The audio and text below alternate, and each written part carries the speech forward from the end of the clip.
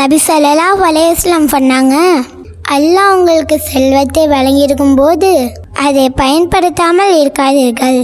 அல்லாஹ் உங்களுக்கு வழங்கிய அருட்கொடைகள் மற்றும் அருள் உதவிகளின் அடையாளங்கள் உங்களிடம் தென்படட்டும் என்று நபி ஸல்லல்லாஹு அலைஹி வஸல்லம் சொன்னாங்க. அதெல்லாம் தான் சொல்லுவாங்க, பயன்படுத்தாத செல்வம் பயன்படாமலே போகும், தேவையாது. அதனால தான் சொல்லுவாங்க, தேக்கி வைக்க தண்ணீர் பாசி பிடிக்கும், பாயும் ஆறு தான் தூய்மையாக இருக்கும். அதனால தான் சொல்லுவாங்க, என்ன சொல்லுவாங்க, அஞ்சன் காசு இருந்து பிச்சைக்காரன். அப்படியா? அல்லாஹ் காப்பாத்த.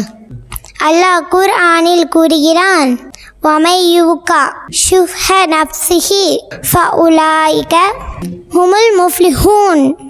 யார் கஞ்சத்தனத்தை விட்டும் காப்பாற்றப்பட்டாங்களோ அவங்க தான் வெற்றியாளர்கள்.